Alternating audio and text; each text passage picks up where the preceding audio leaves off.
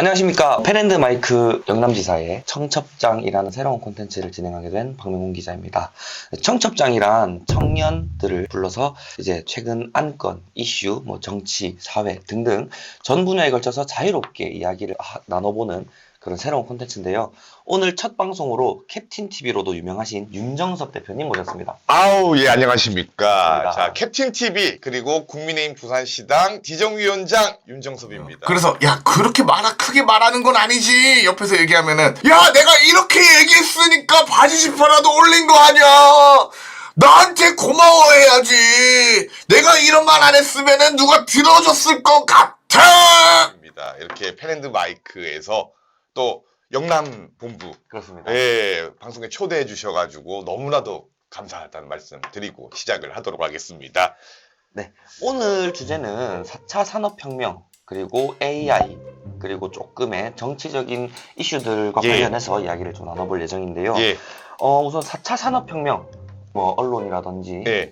미디어에서 많이 노출되는 단어들인데요. 예. 4차 산업혁명이란 무엇인지 간략하게 한번 설명 부탁드리겠습니다. 근데 제가 궁금한 게 하나 있는데, 네네. 원래 이제 방송이 이렇습니까? 이거 좀 하려면은 좀 약간 우리가 좀 어떻게 지내셨는지나 이 썰부터 시작을 해가지고, 그렇죠, 네. 예, 서로 좀 안부도 좀 물어보고, 우리가 또 서로 그런 사이는 되지 않습니까? 맞습니다. 기자님, 예. 아, 제가 바로 이제 주제부터 들어가니까, 아. 예, 왜 저는 좀 이렇게 좀 편하게 방송할 줄 알았는데, 예, 그렇군요. 예. 제가 아니, 조금 딱딱하게 진행하는 것 같습니다. 네. 아유, 예, 너무 딱딱하게 진행을 하는 것 같아가지고, 몸을 좀 풀까요? 예, 네. 몸 좀 풀고, 오늘 또 약간 컨셉도 이렇게, 예, 지금 목도리, 과거에 겨울이라서 예전에 이명박 대통령 후보 시절에 목도리 이렇게 메고 이제 국밥 드시던 장면으로 이렇게, 네. 예, 막 떠올리게 되는데, 네. 예, 우리 좀 예, 편안하게 방송해도 맞습니다. 괜찮겠습니까? 예, 아까 제가 우리 피디님한테 제가 이야기 들어보니까, 네. 여기서 뭐 비속어나 욕설을 하더라도 저리 그렇습니다. 알아서 다 해준다고 아, 예. 마음껏 방송하라고 이야기 편집도 들었거든요. 가능합니다. 예, 컷 편집도 가능하고 이런 것들 다 편집될 것 같긴 한데 네. 예, 어쨌든 우리 이거 좀 편안하게 방송했으면 좋겠어요. 예, 네. 괜찮겠죠? 좋습니다. 알겠습니다. 네. 예, 예. 그럼 저는 요즘 어떻게 지내셨는지 예. 제가 이런 방송도 거의 처음이다 보니까 아, 예. 네. 우리 뭐 박명 기자님 같은 경우에는 또 이 펜드마이크에 또 떠오르는 샛별이고, 네. 예, 저는 뭐 정말 훌륭한 분이라고 생각을 합니다. 저는 이제 아무래도 총선 기간이 다가오다 보니까 네. 지금 이제 후보들 캠프에 가서 이제 좀 도와주는 일들을 하고 있습니다. 네. 아무래도 이제 이번 총선이 가장 중요하다는 그렇죠. 이유 중에 하나가 여소야대라는 그 전국 속에서 네. 사실 지금 우리 윤석열 대통령의 지지율이 떨어지는 이유 중에 하나가 바로 그런 부분이라고 생각을 하거든요. 좋은 공약이나 정책들을 내놓았음에도 불구하고 사실 정치가 반대를 위한 반대에 의해 가지고 네. 훌륭한 정치를 펼 수 없게 되는 부분들이 있고, 그에 따라 가지고 대통령의 힘이 실리지 않게 되다 보니까 아무래도 이제 그 원하는 정책들을 마음껏 펼칠 수 없다는 부분과 네. 또 더불어서 이제 대통령실 내에서도 이제 또 많은 분란들이 있지 않습니까? 네네. 그런 것들이 아무래도 우리가 여소야대라는 이런 전국 속에서 다 일어나는 일이라고 생각을 하거든요. 근데 네. 이번 좀 선거는 잘 치러가지고 윤석열 정권이 이제 단순히 이제 식물 대통령으로 남지 않고 정말 국민을 위해서 헌신할 수 있는 그런 정부로 기억될 수 있도록 좀 많은 분들이 지지해주고 좀 도와주셨으면 좋겠다는 생각을 합니다. 예. 너무 멋진 말씀 감사합니다. 제가 더 감사합니다. 네. 예. 그러면 이제 자연스럽게 예. 처음 주제로 넘어가 볼까요? 예. 아까 말씀드렸지만 간략하게 예. 이제 4차 산업혁명이 무엇인지에 대해서 아주 간략하게만 설명 부탁드립니다. 예, 그 4차 산업혁명이라는 거는 지금까지 이제 노동이라는 건 인간만의 이제 고유 그렇죠. 영역이었습니다. 그 인간의 이제 노동의 영역을 대신해가지고 앞으로 이제 발전되는 기술 중에 하나인 AI나 로봇들이 인간의 노동을 대신할 수 있는 시대. 그 이제 변화하는 과정을 우리가 4차 산업혁명이라고 이야기를 합니다. 네. 예. 그렇다면은 4차 산업혁명의 가장 핵심 기술이자 최신 기술이라고 예. 불리죠. AI, 예. 인공지능이라고 불리는 AI에 대해서 AI란 무엇인가? 우리가 이제 흔히 지금 많이 사용하고 있는 것들 있지 않습니까? 요즘 젊은 층들 뭐 많이 사용해요? 네. 물어볼 때. 핸드폰? 예, 핸드폰에 스마트폰? 챗 GPT, 예, 그런 것들도 뭐 이제 AI 중에 하나고요. 이것이 이제 여러 이제 요소들에 적용이 되면서 앞으로 좀 많은 기술적인 변화가 있을 거라고 저는 생각을 하거든요. 그러니까 4차 산업혁명 중에 이제 뭐 하나가 이제 대표적인 게 AI가 있겠지만 그거 말고도 이제 뭐 로봇, 그렇죠. 그리고 지금 우리가 식당 같은 데 가면은 요즘에 이제 사람이 서빙을 하지 않고 네, 로봇이 그렇죠. 무인으로- 주문받고 뭐 서빙하고 심지어 이제 있는 데까지 갖다 줘요. 네네, 예, 맞아요. 그런 것들도 이제 4차 산업 중에 뭐 하나라고 우리가 보면 되거든요. 따라서 이제 인간의 그 노동을 하던 이제 기존에 이제 그 서빙을 하던 직원이 있었다면은 그 직원이 사라지게 되고 그 직원은 어떻게 될까요? 당연히 그 자기 직업을 잃게 되는 부분이 그렇죠. 있거든요. 예. 그에 따른 사회의 변화에 대해서도 우리가 적응할 필요가 있고 앞으로 이제 변화하는 시대에 맞춰가지고 우리가 이제 좀 나아가야 될 방향들 그런 것들을 우리가 연구하는 게 가장 중요하다고 저는 생각을 합니다. 크게 장점도 있고 단점도 있을 것 같은데. 예. 그러니까 저는 뭐 이런 네. 생각을 합니다. 제가 서두에 이제 이야기를 했었지만은 인간의 노동을 대신해서 그 로봇이 대처하게 되면 인간은 직업을 잃을 수밖에 그렇습니다. 없어요. 네. 이제 이런 부분들이 가장 큰 우려가 되는 부분이라고도 합니다. 인간이라는 동물은 우리가 과거 이제 좀 일본의 사례를 한번 들어봐야 될 것 같아요. 최초의 전차가 깔리게 된 아시아의 최초의 도시가 교토예요. 네. 도쿄가 일본의 수도임에도 불구하고 왜 교토에 먼저 깔리게 됐을까? 당시 도쿄에는 인력 국군들이 무지하게 많았었거든요. 네. 전차가 들어선다니까 죄다 반대를 했던 겁니다. 네. 근데 이제 그 전차가 이제 교토에 먼저 깔리게 되고 결국에 우리가 인력군들이 이제 사라지게 되고 결국에 이제 기차나 이제 전차들이 등장을 네. 하게 되면서 그 기술 변화에 적응을 해 나갔거든요. 앞으로 우리한테 이제 주어진 과제는 그런 부분들이라고 생각을 해요. 네. 이제 인간의 노동을 이제 로봇들이 대신하게 되면서 이제 사라지는 직업들 그리고 거기서 직업을 잃는 사람들은 어떻게 해야 될 것이냐 그리고 앞으로의 빈부격차는 그 인공지능이나 AI나 4차 산업혁명에 관련된 기술들을 가지고 있는 사람과 가지고 있지 못한 사람 간의 빈부격차가 생길 것이거든요. 네. 그런 시대를 좀 이제 대비하는 것이 가장 중요한 거고 이번에 총선 같은 것도 마찬가지입니다. 정치라는 건 100년 대계를 바라봐야 되는 부분들이다 보니까 네. 아무래도 4차 산업혁명 시대에 대해서 가장 이해가 많고 그리고 가장 잘 알고 있는 사람들 그런 사람들을 우리가 앞으로 미래의 일꾼으로 뽑아야 되지 않을까 저는 그렇게 생각을 합니다. 이제 그러면 우리 캡틴 TV에서는 예. 그런 AI 최신 기술들을 잘 아는 어떤 후보가 돼야 되지 않느냐. AI 기술이라는 거는 네. 정치인이 알 필요는 없어요. 근데 아. 거기에 대한 이해를 가진 이해를, 사람을 아. 예. 최소한 이해는 있어야 된다. 그렇죠. 사실 무슨 우리가 뭐 대통령을 뽑을 때 윤석열 대통령을 네. 뽑을 때 윤석열 대통령이 무슨 뭐 중공업을 뭐 발전시킨다고 해서 중공업에 대해서 잘 아는 건 아니지 않습니까? 그렇죠. 그 관련된 사람들 적재적소에 쓰고 거기에 대한 이해가 있는 이제 이해가 있는 사람들이 정치를 해야 된다고 생각을 하거든요. 앞으로 이제 바뀌어가는 시대에 그걸 적응할 수 있는 사람 그런 사람들이 정치를 해야 된다고 생각을 하고 네. 제가 20년 전인가 30년 전에 네.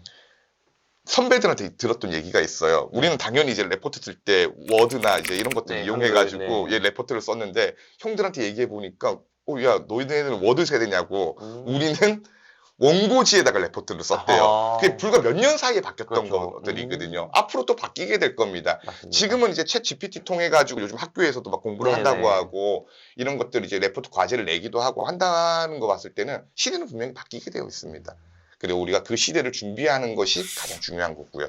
그렇습니다. AI 기술이 예. 어찌 보면 문화예술, 미디어 예. 분야에서는 굉장히 긍정적인 효과를 가져올 수 있다고 생각을 하는데 예. 꼭 좋은 점만은 있지 않을 것 같습니다. 부정적인 효과에 대해서도 예. 조금을 짚고 넘어가야 될 것 같은데 특히 지난 대선 때도 그렇죠. 뭐 AI 윤석열이라든지 예. AI 이재명이라든지 정치에도 긍정적으로 활용이 많이 됐습니다. 예. 하지만 이런 AI나 딥페이크 기술이죠. 어찌 보면 예. 그런 것들이 발달이 되면서 모 정치인이 말을 안 했는 영상인데도 예. 그 사람의 얼굴을 입혀서 뭔가 직접 말한 것처럼 예. 실제로 뭔가 부정적인 행위를 한 것처럼 그런 등의 부정적 효과가 나올 수도 있지 않을까. 당연하죠. 네, 살짝 우려가 되거든요. 예, 당연하죠. 지금 이제 지난 대선 당시에 AI 윤석열 이런 것들을 통해 가지고 흔히 이제 말하는 이번 12월 15일로 기억을 하고 있습니다. 네. 그 AI 윤석열 방지법이라고 참 이름 누가 지었는지 모르겠는데 그 AI 사용을 선거 90일 전부터는 할 수 없게 네. 이제 정치권에서는 이렇게 못을 박아놨고요. 아까 말씀하셨던 것처럼 그 부정적인 효과나 네. 그런 부정적인 부분들 또 악용이 될 수 있는 부분들을 우려해가지고 앞으로 법안들이 많이 만들어질 거라고 생각을 합니다. 맞습니다. 근데 우리는 이제 미래를 바라보고 그 미래를 지향으로 우리가 방향성을 그쪽으로 잡아야 된다는 것은 사실이라고 생각을 해요. 부정적인 부분들이 있다고 해가지고 우리가 그 방향성을 잃는다면은 어떤 것도 발전을 이룰 수 없다고 생각을 합니다. 예를 들면 자동차가 개발되고 나서 우리 뭐 매연이나 이런 환경 문제 그것 때문에 우리가 자동차를 안 쓰고 있는 게 아니거든요. 그렇죠. 어떻게 보면은 그런 느낌이네요. 약간 네. 바바리맨 잡자고 바바리 어. 코트를 없애면 안 된다. 그렇죠. 네. 예. 과거에 뭐 유명하신 분께서 말씀하셨던 멘트였던 것 같아요. 아주 명언이라고 생각을 합니다. 그 맞습니다. 부분은. 예. 우리가 정말 비유 적절한데 네. 바바리 맨을 잡아야지. 그렇죠. 바바리 코트를 입은 사람을 잡아서는 안 되거든요. 뭐 옷 입게 해서는 안 되고. 제가 정치인 중에서 제일 한심해하는 스타일이 있거든요. 아, 예. 우리가 똥이 더럽다는 건 누구나 알고 있습니다. 그렇습니다. 그러면은 똥이 더럽다는 걸 알면은 그 똥을 치우고. 치우거나 아니면 하수도 시설을 널린다거나 아니면 화장실을 늘린다거나 그렇죠. 이런 방향으로 우리가 방향성을 잡아야 되지. 그 모 정치인들 중에서는 아예 똥을 못 싸게 하는 아예 그렇죠. 그걸 뭐 틀어 막아버리는 그런 식으로 방향성을 잡는 정치인들이 있거든요. 네. 그런 거 볼 때마다 저는 상당히 한심하다는 생각을 해요. 예. 저도 또 그러니까 문득 드는 생각이 예. 드네요. 그 어떤 언론 뉴스를 봤습니다. 예. 봤는데 군대에서 특히 네. 군대는 또 특히나 폐쇄적인 집단이지 않습니까? 그렇죠. 그래서 군대에서 어떤 병사가 예. 야삽으로 예. 3단 접이식 야삽으로 예. 여자 간부를 때렸나 남자가 어쨌든 군대 아. 간부를 때렸답니다. 야, 뒤에 이야기가 내가 기대가 되니까 지금 좀 갑갑해지네. 예, 예, 이 예. 얘기를 이제 제 주위 지인들이나 예. 뭐 이제 여성분들, 남성분들한테 얘기를 드렸더니 여자들은 이제 그러면 이제 군대에서 이 대처를 어떻게 할 것 같으냐? 남자분들은 대부분 정답을 알고 있습니다. 예. 군대를 다녀보지 않으신 여성분들은 예. 당연히 뭐 처벌을 수위를 높인다거나 예. 뭐 안전교육을 강화한다거나 예. 이런 상식적인 대답이 나옵니다. 그렇죠. 실제로 저희 군 필자들이 느꼈을 때 군대에서 하는 건 어떤 답이 나올까요? 야삽을 통제하는 겁니다. 이게 말이나? 네. 아니, 그런 게 정말 답답하다는 그렇죠. 거거든요. 진짜. 아니, 도대체 그런 거는 참 어디서 누구 그렇죠. 머리에서 나오는지 참 예, 좀 상식적이지 걸리기만 해봐라 못한. 진짜. 맞습니다. 예. 그리고 이제 또 최근은 아니죠. 예. 최근은 아니고 조금 시의성이 지난 예. 이야기긴 한데 2030 세계박람회가 유치가 실패되지 않았습니까? 박형준 시장은 2035년을 노려보겠다. 예. 뭐 등등의 말도 나오면서 실패한 사유로 가장 크게 꼽은 사유들 중에 여러 개 중에 한 개가 뭐 그 왕권 강화가 있어서 예. 뭐 세계 정세에 어떤 긍정적인 바람을 불어일으켰다. 예. 그리고 가장 크게 많이 나온 게 오일머니에 패배했다. 돈을 많이 뿌렸기 때문에 진 것이다. 뭐 네. 이렇게 이야기를 많이 했었는데 부산이 오일머니 자본력을 앞세운 사우디아라비아 리야드의 벽을 넘지 못하고 팬 원인을 찾아온다면은 리야드의 왕권 강화를 통한 그런 가운데 사우디아라비아에 있어서 오일머니를 통하여 물량 공세를 통해 2030년 한심하다는 생각을 먼저 합니다. 이게 뭐 오일머니 때문에 졌다, 무엇 때문에 졌다 이렇게 핑계대는 거는 네. 일종의 핑계 그 이상도 이하도 아니라고 그렇죠. 생각을 합니다. 자, 오일머니 당연히 이제 사우디아라비아 같은 경우 우리 스포츠 워싱이라고 하거든요. 그렇죠. 요즘에 뭐 국제 대회 같은 걸 많이 열면서 또 월드컵도 사우디에서 열려요. 그러다 보니까 지금 뭐 여성 인권 부분이나 인권 탄압 부분들 뭐 여러 가지 측면에서 사우디가 뭐 국제 여론의 많은 비판을 받고 있는데 네. 그 비판을 돌리기 위해서 국제 대회로 그것을 워싱한다. 이런 지적들 때문에 뭐 그렇죠. 막대한 돈을 들여가지고 근데 저는 그게 다 핑계라고 생각되는 맞습니다. 이유 중에 하나가 뭐냐면요. 88 서울 올림픽 당시에 우리랑 경쟁 도시가 어디였는지 아십니까?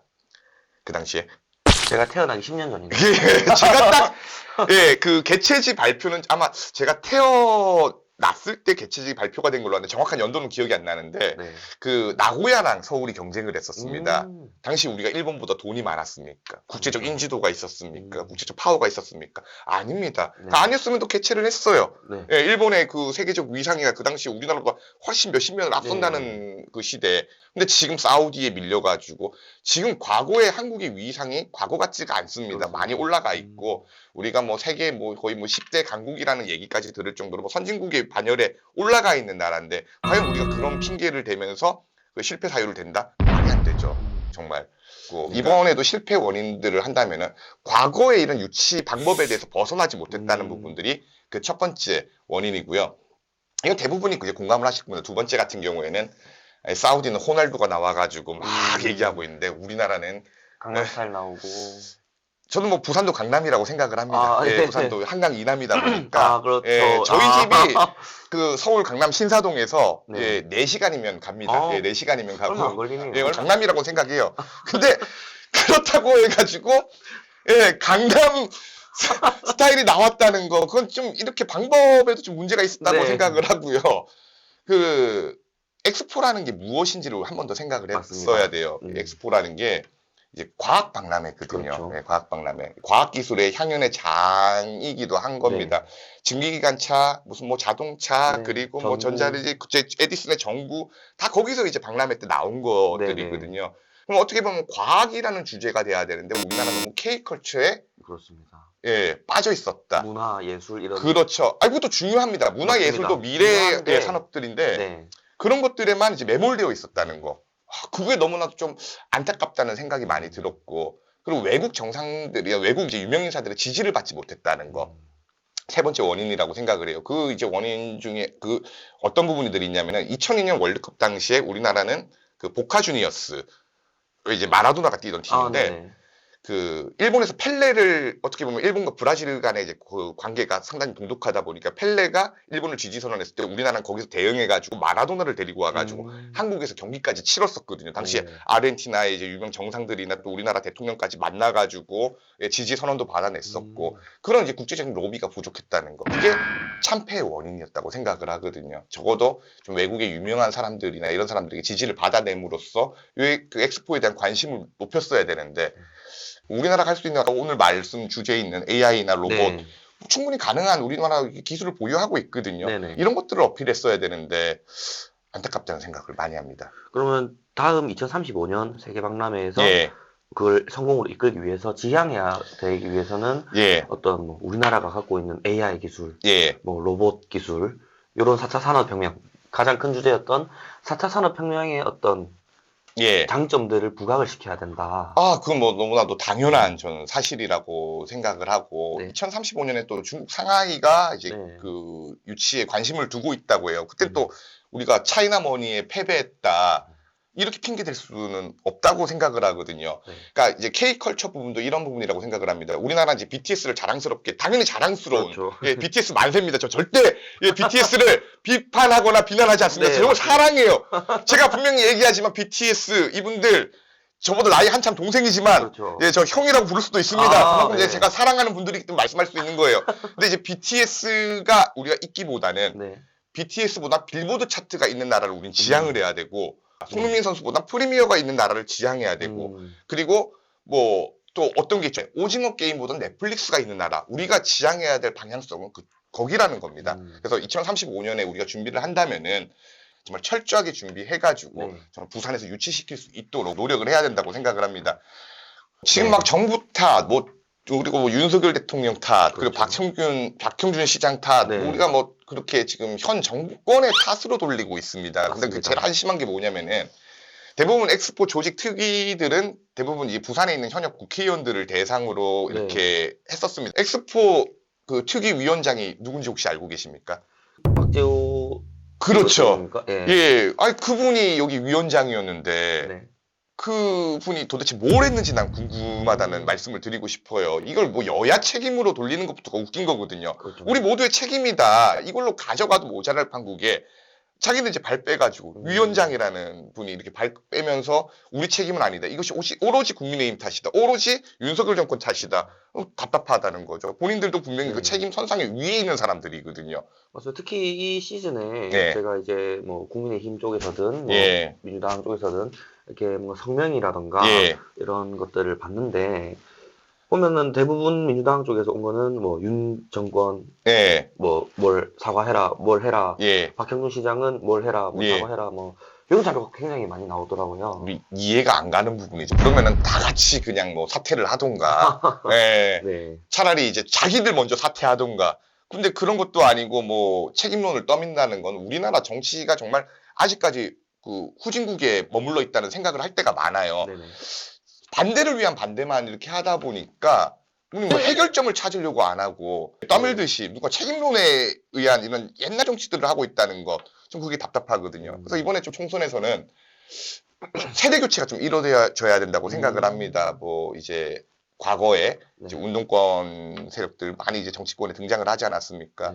참 그분들이 전 물을 많이 흘려놨다고 생각을 해요. 자신들의 정당성을 위해 가지고 남들이 나쁜 사람이 돼야 된다. 586 운동권 정치인들이 하고 있는 행태가 그거거든요. 그런 사람들은 좀 정치 못하게 해야 되지 않나 이런 생각들을 많이 하게 됩니다. 운동권에서 제가 또 생각이 난 건데 예. 최근 한동훈 장관께서 예, 이렇게 총선 출마 선언을 포기를 하시면서 그렇죠. 연설이 되게 큰 감동을 줬지 않았습니까? 예.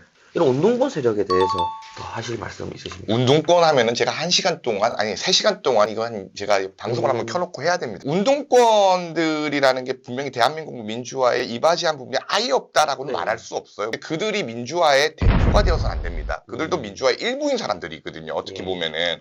그러니까 과거에 우리 뭐 유시민 지금 뭐 엄청 좋은 사람처럼 나와가지고 방송 활동하고 계시는데 네. 그 사람이 했던 과거의 행적들 알고 있는 사람들이 제대로 없더라고요. 그 서울대 이제 프락치 사건이라고 네네. 해가지고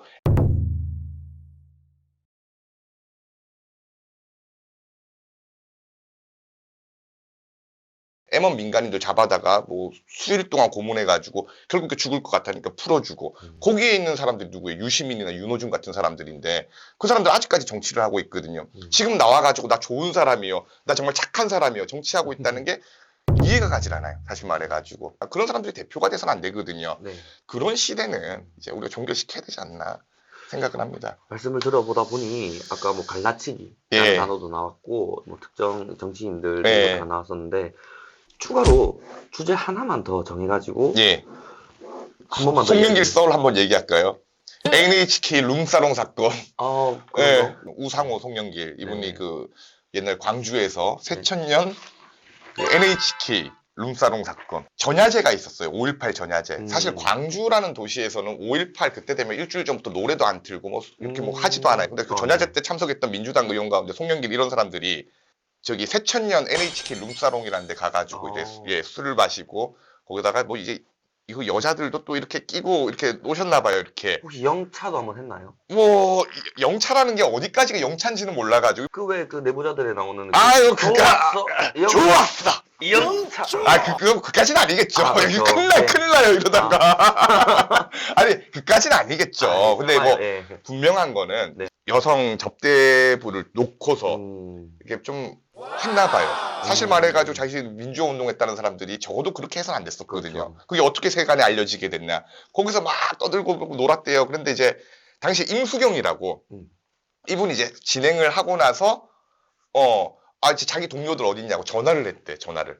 전화를 해가지고, 어디야? 얘기하니까, 여기 지금 NHK 뭐 어쩌고 막 얘기를 했나 봐요. 이렇게 전화로. 그러니까, 임수경 이 사람 입장에서는, 야, NHK, 야, 우리가, 야, 이 5.18 이제 20주년 이렇게 행사도 진행하고 있는 거야. 일본 NHK 방송에서 우리 취재 왔나 보다. 그 자리에 갔대. 예, 그 자리에 갔대.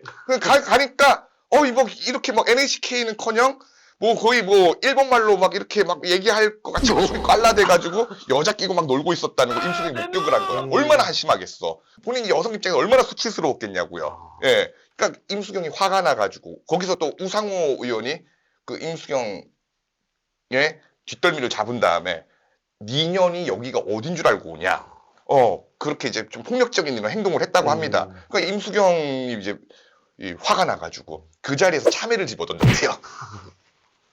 그 유명한 사건이에요. 예. 그게 이제 새천년 NHK 이게 임수경이 화가 나가지고 이제 글을 올리게 됐고 이게 세간에 알려지게 됐는데 그런 사람들이 무슨 민주화에 자격이 있다고 보십니까? 다행이다. 뭐 수박 안 맞은 게 어디예요? 그렇죠. 참외 맞았으니까. 뭐 멜론 이런 거면 진짜 딱딱하지 않습니까? 저 파인애플 막 이런 거. 예, 그런 거. 그래서 그런 사람들이 이제 더 이상 민주화의 대표라고 떠들지 않는 사회. 그때 진짜 민주화가 저는 이루어진다고 생각을 합니다. 본인들도 민주화 일부의 대표가 아니라고. 예. 그리고 난 그 망월동 이야기 참 그거 볼 때마다 안타깝죠. 당연히 안타깝다는 마음을 항상 가지고 있습니다. 근데 거기 망월동에 국민의힘 관련 인사들이 참배를 하러 가면은 네. 엄청 웃긴 게 뭐냐면은 너네들 여기가 어딘 줄 알고 오냐 민주당 의원들이 나와가지고 여기가 어딘 줄 알고 와 난리를 쳐요. 그것도 어이가 없어요. 참배하러 온 사람들한테. 그렇죠. 근데 또 안 오잖아? 안 오면 또 안 온 대로 야 어떻게 코빼기도 안 보이냐? 어떻게 하라고? 어떻게 해? 그러면 이게 진짜 네. 그러니까 과연 이분들이 진짜로 그 망월동에 이제 돌아가신 분들 이분들을 기리는 마음인지 아니면 정치적으로 이용하는 건지 모든 걸 좀 알았으면 좋겠어요. 좋습니다. 예. 오늘은 네. 우선 저희가 준비한 주제는 여기까지가 예. 얘기가 준비한 주제보다 사실은 예. 더욱 방대한 이야기를 많이 해주셨습니다. 자주 불러주세요. 네. 예. 그래서 제가 어차피 영상이 나가게 되면 예. 앞으로도 자주 출연해 주실 아우, 거죠? 그럼요. 제가 개인적으로 팬앤드마이크의 정말 애청자입니다. 네. 잘 보고 있고, 특히나 이 영남본부 불경 소식을 누구보다도 발빠르게 전달하고, 또 네. 여기에 지금 우리가 얘기하는 자유, 진실, 그렇죠. 그리고 시장. 시장. 좋아하는 단어거든요. 맞습니다. 팬앤드마이크 좀 여러분들 많이 사랑해 주셨으면 네. 좋겠고, 어떻게 고정 갈까요? PD님? 다음번에 또 원하시는 주제나 예. 뭐 재밌는 뭐 사건 사고 예. 이슈들이 있다면 댓글로도 한번 이거 해주시면 좋겠습니다. 예. 이거 해주세요. 저거 해주세요. 많이 달아주시면 좋겠고요. 마무리 멘트 들어가면 될 것 같습니다. 예, 우리 박명훈 기자 또 젊지만 또 유능하고 또 스마트하고 또 인물도 잘생겼지 아이고. 않습니까? 좀 많이 사랑해 주시고 또 팬앤드마이크 영남 정말 많은 준비를 하고 또 많이 발전해 나갈 수 있는 그런 네. 무한한 잠재적인 가능성을 가지고 있는 전 언론사라고 생각을 합니다. 그래서 네. 많은 분들 좀 애청해 주시고 우리 캡틴 TV를 사랑해 주시는 분들도 좀 구독 좀 많이 해주시고 요즘 유튜브 파워가 제가 옛날 같지가 않아가지고 많이 힘들긴 합니다만 그래도 좀 하나의 좀 일할만큼의 그 도움이라도 된다면은 제가 또 적극적으로 도와드릴 수 있도록 노력해 보도록 하겠습니다. 저희 캡틴 TV도 많은 사랑 부탁드리고요. 저희 팬앤드마이크 영남까지 많이 사랑 부탁드리면서 저희가 관례적으로 여기 오면 꼭 하는 게 있습니다. 어떤 겁니까? 구독과 네.